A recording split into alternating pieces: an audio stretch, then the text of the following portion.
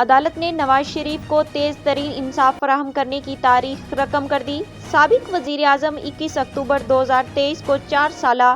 خود ساختی جلاوطن ختم کر کے خود پاکستان پہنچے تو وہ 2 مقدمات میں سزائے یافتہ اشتہاری مجرم تھے، لیکن 12 دسمبر 2023 تک تمام مقدمات سے باعزت بری ہو گئے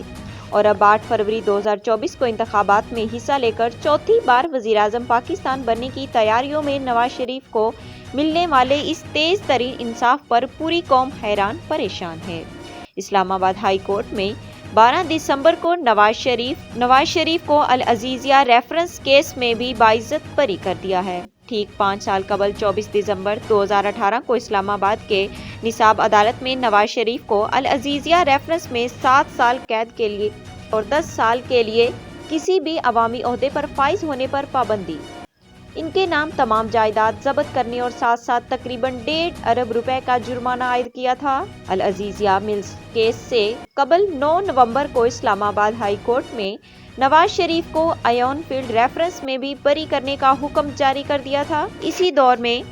این اے فلیشنگ ریفرنس کیس میں بھی نواز شریف کی بریت کی خلاف اپیل واپس کی تھی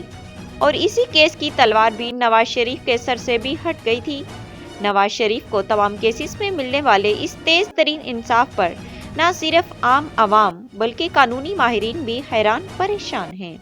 کہ کیسے ایک اشتہاری مجرم کو سرکاری پروٹوکول میں واپس لایا گیا اور ضمانتیں دے کر ایک نئی تاریخ رقم کر دی۔ وطن واپسی کے 51 دنوں میں ہی نواز شریف تاحیات نااہل اور سزا یافتہ مجرم سے چوتھی بار وزیر اعظم بننے کی مضبوط ترین امیدوار بن چکے ہیں، جبکہ دوسری جانب ایک اور سابق وزیر اعظم عمران خان اسلام آباد ہائی کورٹ کے اسی جج سے انصاف مانگ رہے ہیں جس نے 51 دنوں میں نواز شریف کو تمام مقدمات سے بری کر دیا ہے۔